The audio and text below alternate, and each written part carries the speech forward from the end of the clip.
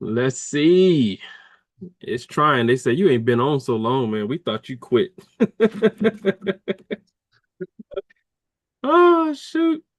Okay. Let's see. It's tr There we go. All right. It always does that. All right. We are live. We are back first and foremost. Welcome everybody to the PappaGiff Show. Um, it is so good to be back. It's the start of a new season, and I'm just gonna do some housekeeping stuff real quick because it's been a while.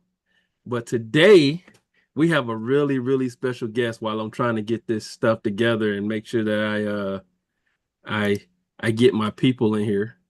Um, we're gonna have fun tonight, you guys. I've been away for a while, and what a way to start back up. It's gonna be with my good friend, my doctoral battle buddy, Mr. Doctor, my bad, Dr. Boyd. How you doing, brother? I'm doing well. I hope you are. I I'm doing well, man. It was a long week, but we here. It's Friday.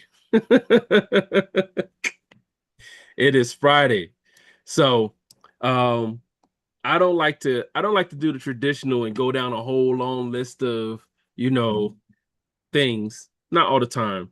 But for this one, I like to keep this one like real personable because we went through we went through war together. So we always start off with tell us who are you, where you from, and what do you do, sir? Well, first of all, thank you for just allowing me this opportunity to take this time with you on your podcast. It's really an honor to be invited. So thank you for that. Yes, sir. But as you said, my name is Dr. Travis Boyd. I'm a professor at Charleston Southern University. I'm a South Carolina boy born and bred, and I have a strong passion for community ministry. In fact, I teach a Bible class every Monday at a local ministry here at Easley called the Dream Center. And it's Oh, actually the highlight of my week. And it's a wonderful organization.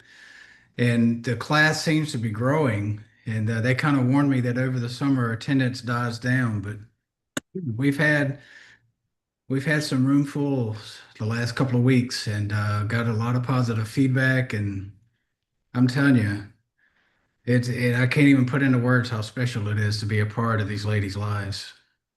that's awesome, bro. You know I work with you gonna see some stuff in the background that say Dream Center on it. Yeah, man, that is awesome. So we got who we got? We got Jelly Beans in the chat. Um, yeah. Come on, everybody, come on in. Tell us where you are watching from. And y'all drop your messages in the chat and we'll try to answer them as we go along. So, Dr. Boyd, we started our doctoral journey together. That's what we did. And we finished it together. And we finished it together. That's right. It's That not is just about right. starting, it's about finishing, right? It is about finishing. So I want you, because so it was crazy, right? Because we started together in the same class when I wasn't supposed to be starting. So it was nothing but God because they let me skip a class before I went in, and me and you got partnered up. And then because that my last class would not have started in time, so I would have had a gap. And like military benefits, they like to keep you make sure you stay on schedule. So they got a permission for me to go ahead and go into my doctoral class, which was crazy. They went all the way up, red tape, everything. And so then it was me and you, and we went through all the stuff, and it was like eyes wide open.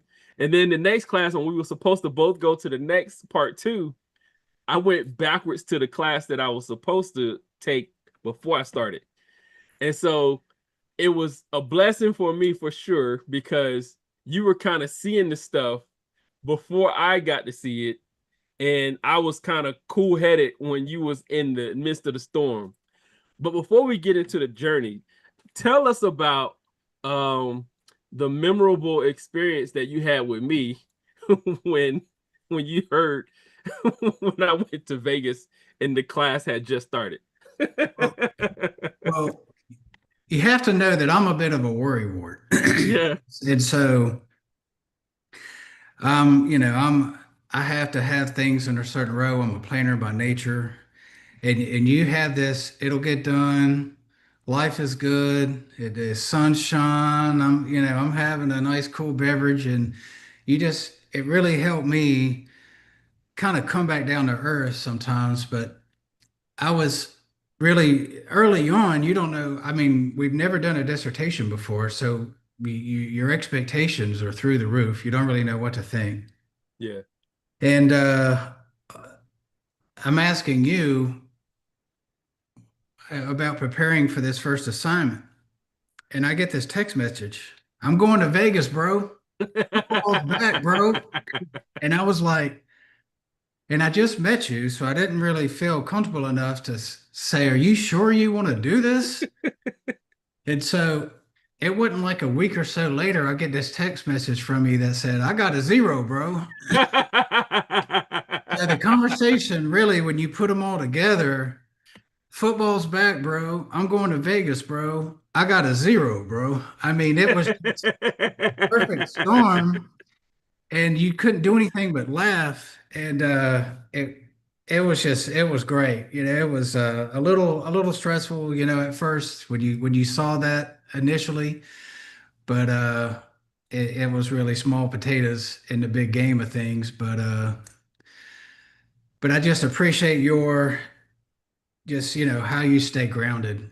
And you told me, I think you said at some point, hey, I'm gonna live my life. I'm not gonna let this keep me from living my life. Yeah. But sometimes we got to take that trip. I mean, we only go around once, right? And That's sometimes we right. got to take that trip. And I know how exciting the sports can be, but that was pretty funny. That was crazy because when I was finishing up, you sent me that message and you said football's back, bro. I'm going to Vegas, bro. And I could just think like I wasn't thinking about it at that time when I was going through the whole process.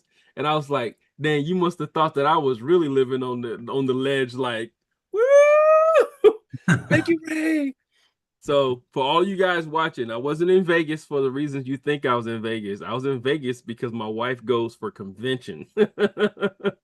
I was doing homework while she was at convention. I would escort her there, get back to the hotel room, and I would do my homework, and then we would enjoy Vegas after hours. But I did somehow I got a zero on the assignment, which I ended up getting a really good grade on that assignment afterwards. But it was not the way that the professor wanted it. So I got a zero. And I was like, whoa, I don't think I've ever gotten a zero on an assignment before. So that kind of was like that light came on, or I gotta buckle down. Oh wow, this is not good. Welcome to the show, right? Yeah, yeah, yeah. Welcome to the show. So, beyond your professional accomplishment, who is William Boyd, and when the books come into the picture? How did you get into writing books and you're putting out the puzzle books and everything like that? Well, I'm someone who loves being a part of other people's success, and I love being around people who are embracing life, battling through life's up and downs. Life is hard. There's just not a lot easy about it. The older we get, the harder it gets. But some people just always smile and they try to make the best of it. The older I get, the more I try to avoid these energy vampires that I call them, just negative Nancy's. Yeah. Just being around people who find a way to just overcome adversities, and I just enjoy doing that. I got into the books. I had kind of an expectation when after I earned my doctorate. Excuse me. Hmm. And things kind of slowed down, and I still had all this energy. And so I just looked into what can I do until I to still feel some connection, to the world. So I looked into getting into doing the puzzle books. I learned how to publish them, put them together, the software that you can subscribe to, and then it shows you how to publish it on Amazon. Wow. And I just started doing that. I started creating different themes, and one thing led to another, and I had 25 of them posted. I now have 25 published books on Amazon between word search books, Sudokus, crossword puzzles, devotionals, different just things that were on my heart. Just being able to publish that out. That's awesome, bro. I know when you sent it to me, and I was like, "Oh wow, this is look." Now, are you a puzzle person or I was a Sudoku guy. I never was a math guy, but I really got into the Sudokus there for a while when they came yeah? out. And the word search books, the crossword puzzles. No, nothing too hard. Not the New York Times crossword puzzle. So you can still have fun, enjoy like the brain muscle stuff, but you're not trying to win Oh, some type I of fully prize. believe in the KISS principle. Just keep it simple. Keep it simple. And Yeah, it kind of gives you something to do, keeps you engaged, keeps that mind sharp. Use it or lose it, right? that's right. Absolutely. Look, that's that's why I'm back in school. Hey, you use it or you lose it, and you went to books, and oh man, I picked up some more books, different kind of books. So yeah, bro, it's crazy. I question myself sometimes. But what sparked your love for education and lone life learning, brother? Because people don't just be like, I'm gonna go get my doctorate. Well, that was never my goal to get a doctorate, but actually, when I was working toward this academic journey started in May of 2018, and I just went back because I had some college credits, but I didn't have any closure. So I went to Greenville Technical College, and I started there and just needed 9 classes to get an associate's degree. And I was having a conversation with a professor, and I was coming up on graduation, and I said, I feel like I have some gas in the tank. What do you think I should do? And her exact words to me was, Travis, you love learning, you love reading, you love writing. I can look at you and see that you have a passion for this. You really enjoy it. Yeah. And I think you should just keep going forward. So I talked to my wife and I said, what do you think about me moving, just keep going and getting a bachelor's degree? And she said, well, if that's what, you feel passionate about. So I just kept going. I said, well, I'll go get a bachelor's degree and that'll be it. And then when I got done with that, I still had some gas in the tank and I ended up at Charleston Southern in a master's program and finished there and spent the summer trying to figure out what to do. And the, the Lord just led me to Liberty and I found myself at Liberty working toward a doctorate. Believe me, I never more felt like a fish out of water than working toward a doctorate. Like any minute now, they're going to figure out I don't belong here and send me on my way. But I I just kept putting one foot in front of the other. But really, and truly, to be honest, the doctorate was never my goal. My original goal was just get an associate's degree, get some closure from where I had went to college back in the 90s. My priorities were way out of whack, way out of order. But that's just a great example of the limitations we put on ourselves. mm, I just want an associate's degree, but what if God has bigger plans for come you? on. God That's has right. bigger goals for you. Do we ever ask him? And No, no. so God wanted a doctorate for me, but he never told me because he knew I would laugh and say, you must have me mistaken for somebody else. That's But right. Mm, that's good, bro. So was this during the time? So I skimmed over this and failed to mention that you're prior military as well. yeah, So was this was your pri were your previous time when you did college or school, was that during the military or was that after you got out the military? that was after I was in the military from 90 to 96. Okay. So And then I went to college for a few years after that.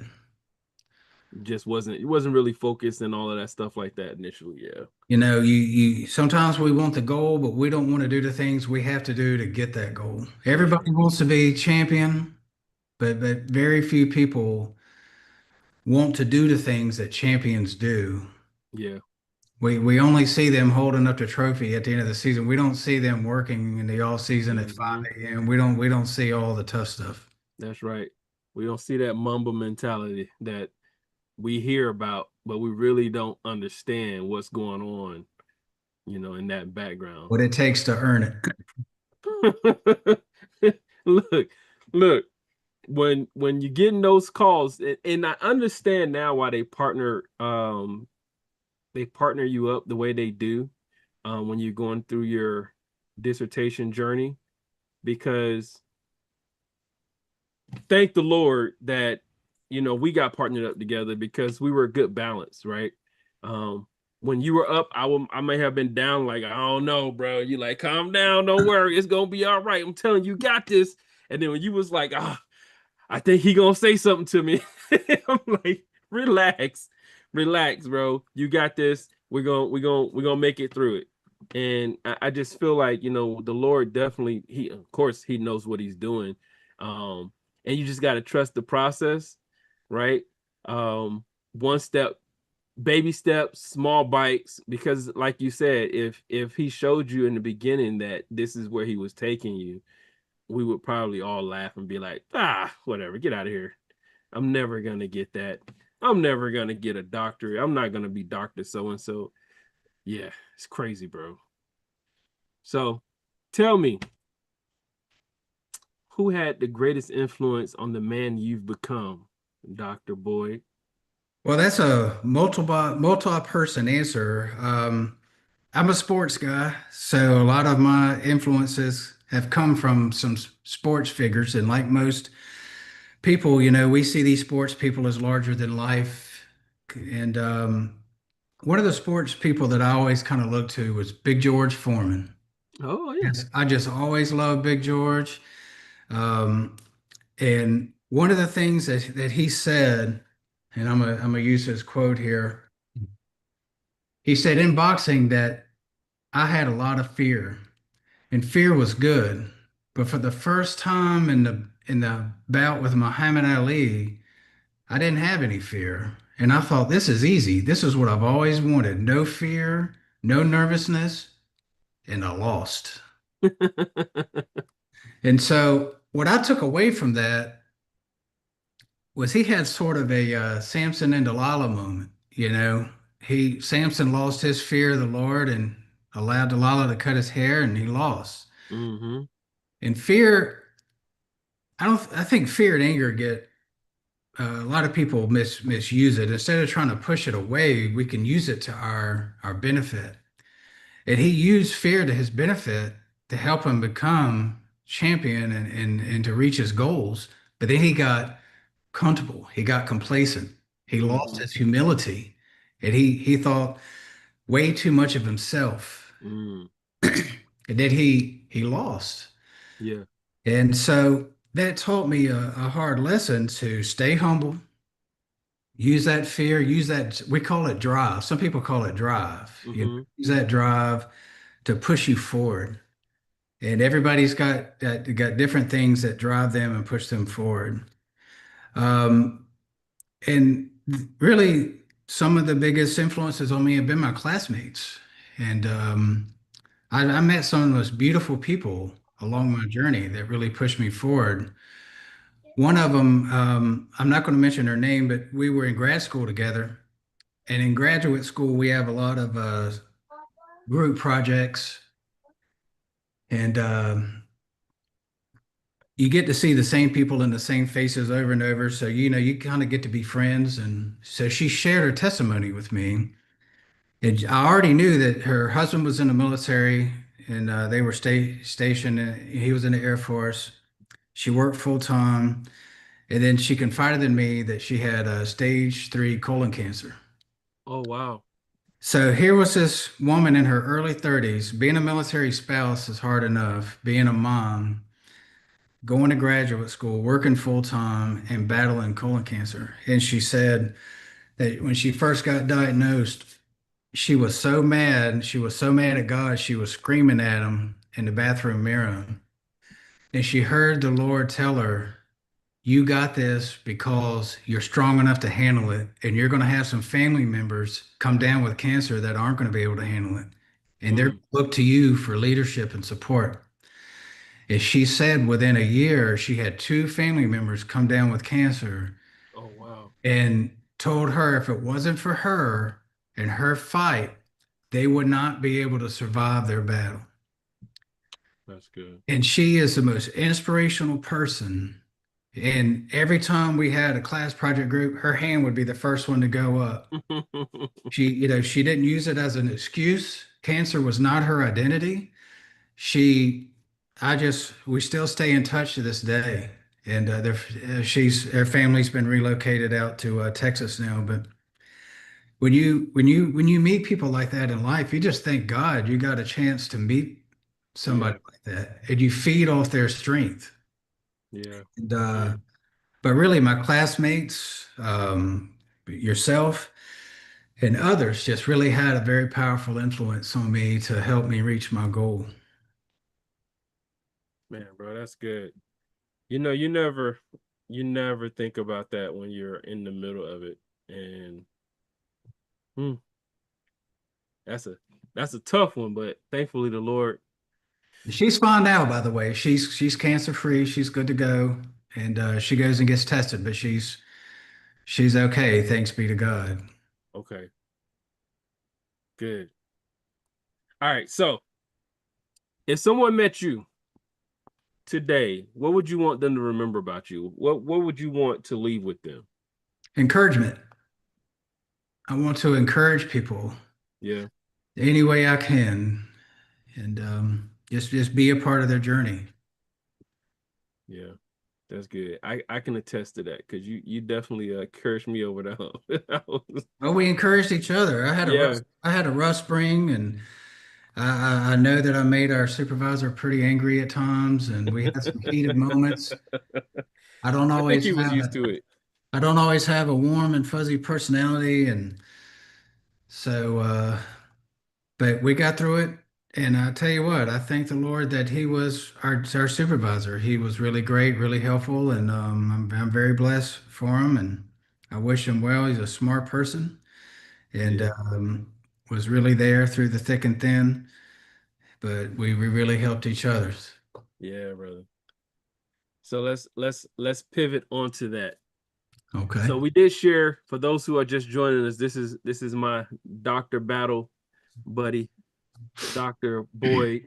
We went through the journey of getting our doctoral degrees together with Liberty University. Shout out to Liberty University.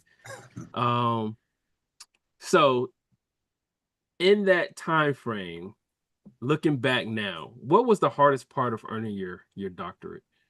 This is the easiest question in the world. It's technology. Yeah. I'm 55 years old, so growing up, we didn't have all this internet, computer, and so it was really technology and learning. And once I'd learned one thing, they would come out with something else. And Google Slides, I'd learned PowerPoint, and one of my young classmates would say, "Let's just work on Google Slides," and I would say, "I don't know what that is." But they were all patient with this old man, and worked alongside me. And one of the things that going back to your previous question was a lot of my classmates, and they were a generation younger than me, Hmm. but I was still able to make friends with them. And because of COVID, we had a lot of football players in graduate school, Okay. and so I got to be friends with some of the football players, and went to a couple of the games and saw them play, and it was just kind of neat to have that kind of interaction and connection. But yeah, technology. That's tough. Yeah. I can definitely attest to that because I'm me and my wife, we both going through it right now. I'm learning some stuff in this cybersecurity management and this madness. And yeah, just keep me in prayer because yeah. Anyways, um, was there ever a moment during the journey where you seriously considered quitting? And if so, what kept you moving forward?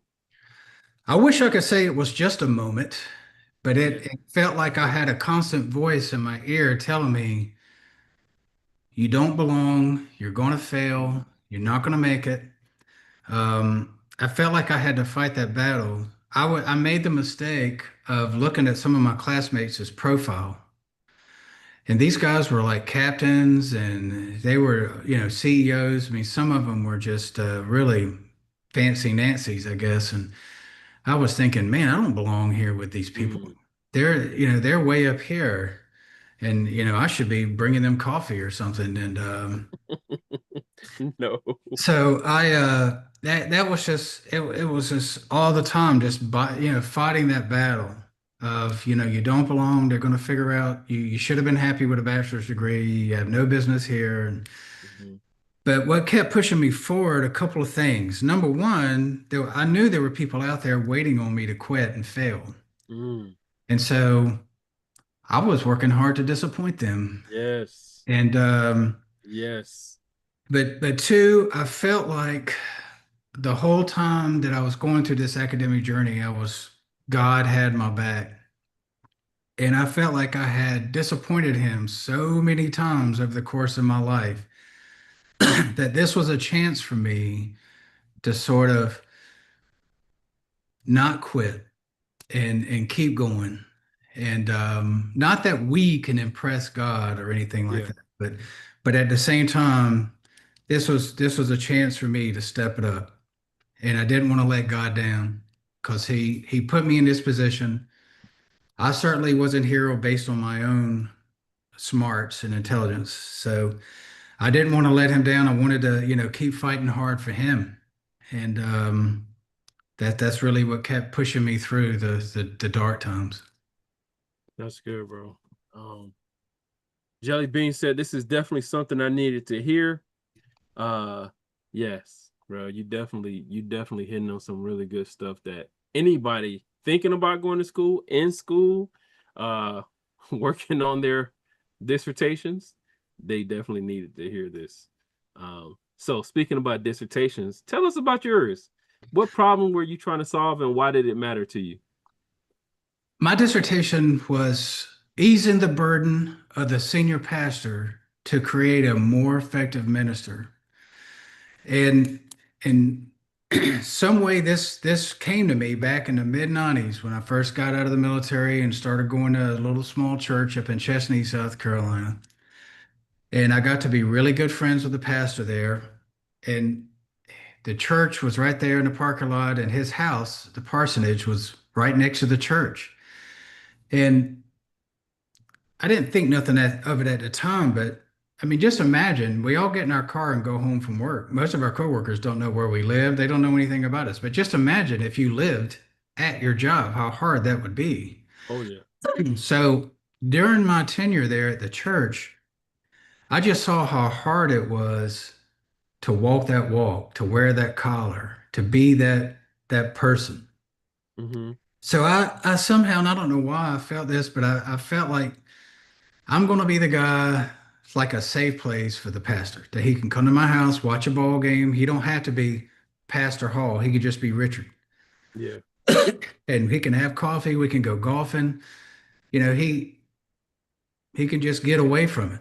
And for some reason, I just felt comfortable in that role. Yeah. And over the years, when I would always just try to make the pastor feel like you don't have to be Pastor so and so around me. You could just relax. In fact, Father Chuck, who was my dissertation organizational um, contact during my dissertation, when I was asking him questions, he said, sometimes I just want to be Chuck. Yeah. I want to be Father Chuck. I want to be seen beyond a collar. I'm a husband. I'm a father. Sometimes I have bad days, but it's like Right. pastors aren't allowed to have bad days. And so started looking at the stats and just how more pastors are leaving than they are joining, and they're so discouraged. And you start looking at some of the data, and our dissertation supervisor is a pastor. That's what he did full time. And That's so right. I think he appreciated a lot of the work that I did and a lot of the data that I showed. And then I created a module to help churches put in place to try to be proactive instead of reactive. Let's Right. get ahead of the game. What can we do to ease your burden Yeah. so we don't overburden you? You have a family. We want you to nurture that family. And so, I did a lot of the work I did was to really help ministers, help Mm. ease that burden. And so I got a lot of positive feedback on it so far. So that's really good. Yeah. Look, I be getting those hits from the what's the name people referencing Scholars Crossing. Scholars Crossing. Yeah. I was like, what are you talking? Oh, they referencing my stuff? It's still what is that? What is they call imposter syndrome? It's like they're referencing mine? Hmm. Oh yeah, I'm the king of that. But that feels good to know that there's people even in other countries. I even look to see where they're doing it. And I'm like, Yes. man, somebody in China is downloading my dissertation. It just, oh man, it does make you feel like all that hard work finally comes to fruition in a way. Yeah. Yes. It definitely does. So, has earning your doctorate changed the way you lead, teach, or mentor others? It has given me a sense of responsibility to go out and help lift others up to their summit. Mm. I kind of reached my summit, but I don't want to stand in the limelight and receive pats on the back and awards. I have my diploma. So now I feel like it's my calling to go out and seek out who can I help reach their summit, you know? Yeah. Who could I help lift up to places that they have no idea that they can reach. And That's that's what I good. want to do. I want to go out in the community and I want to find people and talk to them. And, I'm living proof that if I can get a doctorate, it's just really not about how smart you are. It's just about how hard are you willing to work. Yes. And I just want to help other people feel what I felt when I heard our supervisor say, "Okay, Dr. Boyd, Yeah. congratulations," and it took 7 straight years of full-time academics to hear that sentence. Yes. But I want other people to hear their version of that. Yeah. That's good, bro. So everybody out there, all y'all listening, all you scholars, people that's going back to school right now, you're in school, you're thinking about it. Um, Tell them, give them some advice. If they're thinking about going back to school, they feel they're too old or too busy. Go ahead, give them a little piece of Dr. Boyd's advice. Well, the first thing I would tell them, obviously, is to buy my book. But Which book is it? But it's this wonderful book right here, The Keys to Your Academic Success. Come on. I journaled a lot of notes over my 7 years, and I put it into a book, things that worked, things that didn't. But Yes. the first thing I talk about, one of the first keys is to accept your journey as a marathon. It's not a sprint. Mm-hmm. We live in a country where you want supper, we can get in the car, drive 2 minutes down the road, go through a drive-through and be home in 5 minutes and have a big meal on we want what we want, we want it now. Yeah, We all sign up for Amazon so we can get that 2-day delivery. We that's right. we Prime. don't we don't want to wait. Yeah. But when it comes to certain goals, especially academic goals, there's no fast track to it. You're just going to have to accept that it's a marathon. It's not a sprint. You can't just order it off Amazon. Mm, So that's pretty tough. And this was hard for me, but accept that there's going to be some highs and lows. yeah. Sometimes we get that zero, bro. And Yeah. Yes, we but do. it, but it's but that's not the end of the world. You know, Yeah. that's just one little small potato, and it's not the meal. Yes. And so, but just because you get a good day, just keep it all in balance. Don't just start having a parade and celebrating too soon.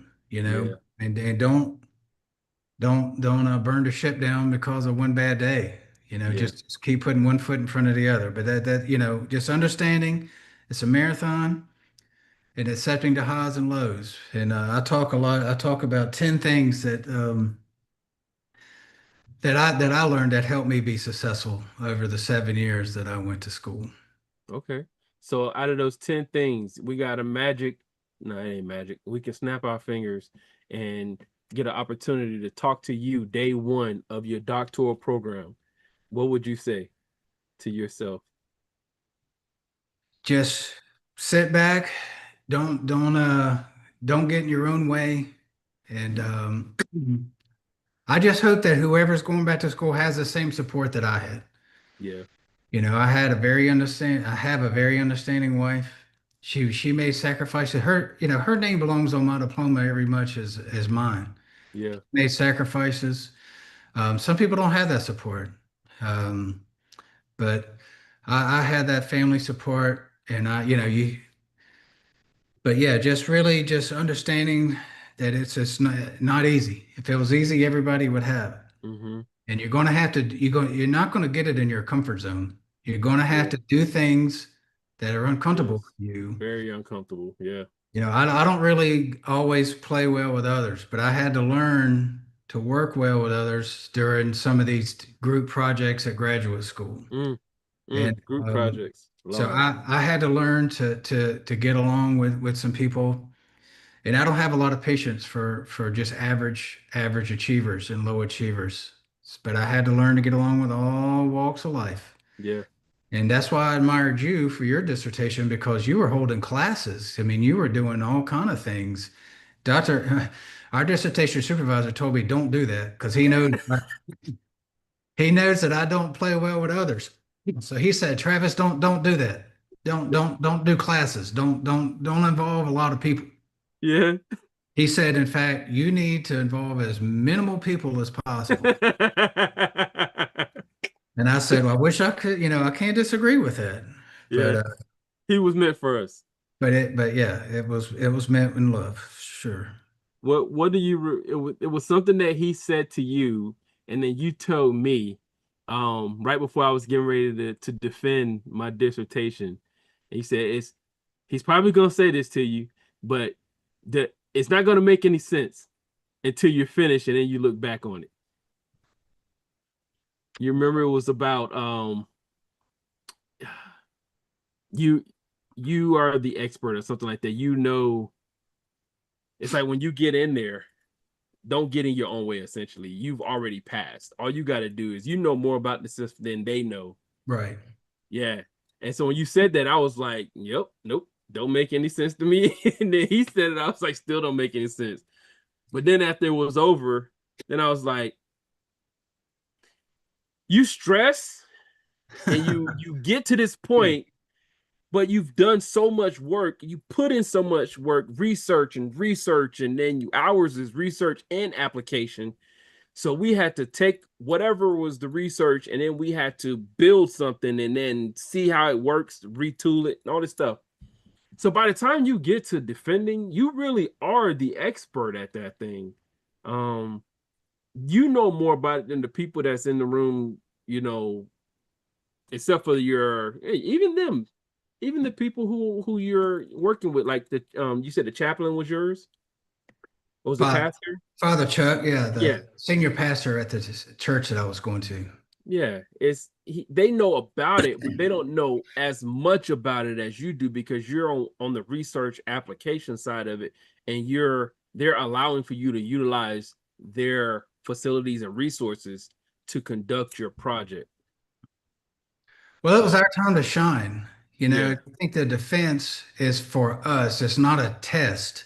yeah, It's not meant for us to look at it like a final exam. It's really a chance for us to showcase our hard work, to let us walk the red carpet, if you will, and you just show the world what we've done and kind of strut our stuff a little bit. And yeah, and I looked at it like that instead of like an exam because we like you said, we put a lot of hard work into it, and we want it to benefit people. I mean, I really hope especially yours. Yours benefits like communities. I think it teaches people about food insecurities, if I'm not Yes, sir. mistaken. Yes, sir. So Absolutely. a lot of people benefit out of that. So I mean, you didn't do it just so you could hang a nice fan. You had a blank space on your wall. You needed to hang a degree. I mean, you really put a lot of work in there to help families and communities. Yeah. So I want to see churches thrive. I want to see pastors thrive. I don't want to see pastors dying at 60 from heart attacks from stress. Yeah. So, uh, Because they didn't have a safe place to be Chuck. yeah, they just stress, and people. So Hmm. Let's jump into your books, brother. So a lot of your books I notice are like for adults, working. Why was serving that audience important to you? going back to the technology part, a lot of seniors, a lot of adults, they just don't like dealing with the technology, the computer. So just having a book, an old school book, was good. Also, I think a lot about those people that are incarcerated. They don't Right. have access to computers and tablets and stuff. So a lot of people buy gifts for their incarcerated. So these are wonderful ways to send them to keep their mind sharp, to Mm-hmm. maybe get their mind off things. I, t- I, Pastime. I titled them Slammer Time, kind of off the MC Hammer song from Yeah. the 20s. Slammer Time, Sudoku, crossword, just hopefully bring a smile on somebody's face, kind of in a tough situation. But so just to kind of reach people that maybe would like an alternative to a technology-based type gaming system or an app, Yeah. just somebody that just there was, when you and I was a kid, there made, it was something about going to a bookstore Yeah. and getting a book and reading magazines and stuff like that. It was, I mean, it was just kind Absolutely. of a nice outlet. Having a library card. Having a library card. Having a library card. It was like, woo! I got my library card. Yeah. I don't even think they give them out anymore. It's like, please come to the library. Right. Yeah. It's crazy, bro. It's crazy. So how do you choose your themes for your books? Is there like you have an idea and then you go searching and looking it up, or how does that process go? Most of the time, it's just things that pop in my mind. Like I did a 60s word search Yeah, theme. I saw So that one. I kind of like the hunt, and putting what I love about my books is they're all me.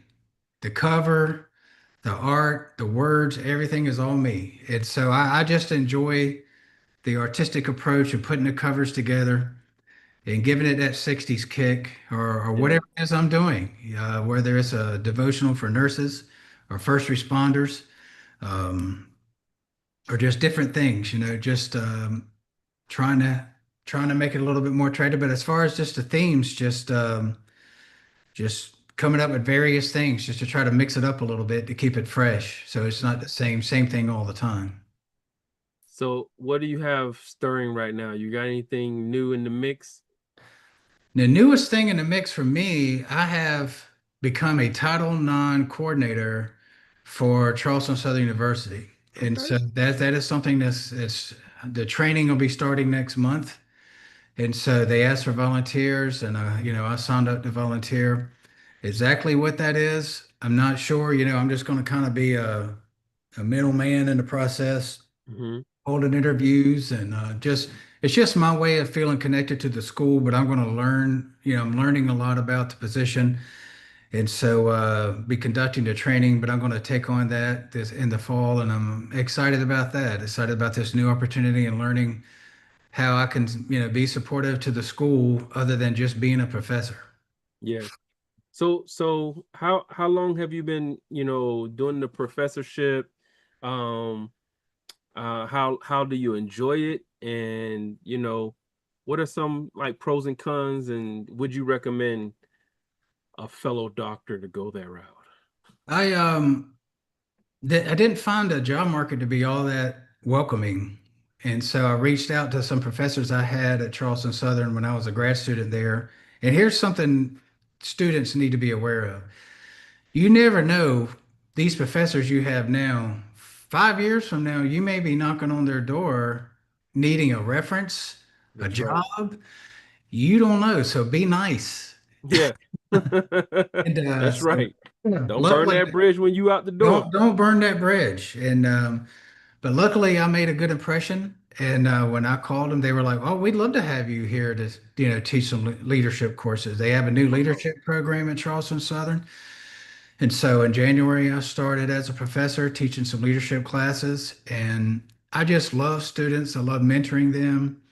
I not that long ago was a student myself, so I know their struggle. I know what they're going through. That's And right. I don't see myself as a fancy paper grader or I just see myself more as a mentor, somebody just helping getting them from here to there. Yeah. Just help guide them, help them into research, taught them off the ledge, and understanding their struggle. And just some students need a lot, some don't need much at all. But I love it. It's right up my alley, and I just can't get enough of it. In fact, I'm ready for the fall semester to get started because Oh I'm yeah. taking two classes in the fall. Okay. That's awesome, bro. What is one lesson you wish every educator understood? To I'm still learning as an educator myself because I've been one, so I hope I don't speak as someone that's been doing this for 30 years, Yeah. but just be patient and understanding. I've had some patient professors, and then I had some that were not so patient. But just really try to create a positive experience for your students, one that they'll look back on because college is just a wonderful time in a person's life. Hmm. And there's enough stress outside in the world that I hope that I don't want to create any more stress than it has to be when it comes Right. to academics. It doesn't, there's no law that says it has to all be hard. I mean, it can be fun and enjoyable. That's right. So I like to create assignments that are fun, enjoyable, entertaining, and that they have a look back on and have a positive experience on, I guess. Yeah. That's good. Now, are you undergrad or you grad or you have a mixture? Undergrad. Okay. So it's all undergrad so far. Okay. That's awesome. So if there is one message you want our audience to remember after tonight, what would it be? Regarding anything in particular, Anything. anything. Well, I received a debit card in the mail not too long ago, and I threw it in my wallet. I went to the store the next day and bought some things and got to the register, and the lady said, "The card's declined." I said, "It can't be declined. It's a brand new card. I know I got money in the bank." She said, "It's declined." And then she looked at it and she flipped it over and she said, "Oh, you hadn't activated your benefit. Mm. You still got the strip on the back of it." And there's a lot of people walking around with all this potential in the bank, but they just hadn't activated a benefit. And so, you know, man, Come on, man. you got it in you. You got it in you. Don't settle for average. Don't just settle because you're comfortable. Don't settle for easy. Do what's hard. Do it. Yeah, do what's hard. You got all the potential in you. Stop asking for things. You've already got it in you. You just got to activate that benefit. Come on, man. That's so good. That's so good. You know what I thought about when you said that? Dr. Farwell. I always say his name wrong. The older elder, the founder of Liberty, and they play his message throughout the year. And like if you're on campus, you know it. But at the end of graduation, they played it and it says, you have no right to be ordinary. You I don't. was like, yes, it hit because you go through that whole thing, the whole, graduation ceremony, everything, and then it's fireworks and all this stuff, and then he's talking in the background, and then he gets to that point where it says, you have no right to be ordinary. Lord done put so much gifts, talents, and he's invested a whole bunch in you. So you need to go on out there and get it done. That's because right. there's some people out there that need those gifts and talents that he put in you so that they can move forward as well. So that's good, bro. I love that. Yes. Let's say, hold up. My professor just emailed us saying the same regarding a future reference. That's good. She said this is true. Yes, bro. All right. So you ready for this lightning round? Let's go. Look. All right, everybody in the chat, if you don't know, it's been a while, but this is the first episode of the new season. And rapid fires, we ask these questions and you guys answer in the chat. Sometimes the answers may match, sometimes they won't, but we just get to know each other just a little bit better. All right, Dr. Boyd, rapid fire, coffee or tea? Coffee. Morning or night? Morning. Pen, paper, or digital? Digital. Pen and paper or digital? Digital. Digital. Favorite decade? 90s. 90s. Favorite leadership book? Favorite literature book. Favorite literature book. I'm gonna go with the one I just read, The Widow by John Grisham. The Widow. One person you'd love to have dinner with? Alive or dead? Anybody? One person I'd love to have dinner with. Shaquille O'Neal. Shaquille O'Neal. Okay. One word that describes your leadership style? Serve it. Servant. One habit that contributes to your success? Hard work. Hard work. Finish this sentence. Learning is ... A lifelong journey. Lifelong journey. Yes, it is. All right, brother. Well, let us know. Let the people know where they can find your books and where they can connect with you and what's next for Dr. Boyd. Um, they can find all the books that I published on Amazon by going to amazon.com/author/DRWTBOYD. So amazon.com/author/Dr. W.T. Boyd. And I'll drop it in the inside of the description as well, so you guys can go out there and get his books. Support my friend, my brother. My final question for you: Yes, when your sir. story is finally written, what do you hope people will say about the life of Dr. William T. Boyd? That hopefully I brought some encouragement to them. Um, just that I just helped to add a little bit of light to their journey. Yeah, I helped them along the way. I love being a part of somebody's success. I love success stories, people that overcome adversities. yeah. I love leaders that have that mindset where I am, it makes me better to see you do better, to help you do better, right? Versus I got to keep everything. That just irritates me. Yeah, It I just got mine. I want to irritates me. see others get theirs. That's right. You That's know, right. Share it. Share it. who can I pull up here with me because the view up here is wonderful. It's great. It's great, and I want as many people up here as possible. Yes, man. That's awesome. Well, brother, thank you for spending time with us and sharing your story. Your journey reminds us that learning never has an expiration date and that leadership begins with the willingness to keep growing.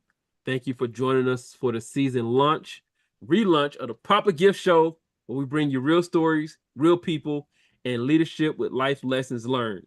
Until the next time, peace to everybody. Be safe. Have a good weekend. Don't do anything stupid. Let me end. I forgot how to end the show, y'all. Hold on. Don't leave.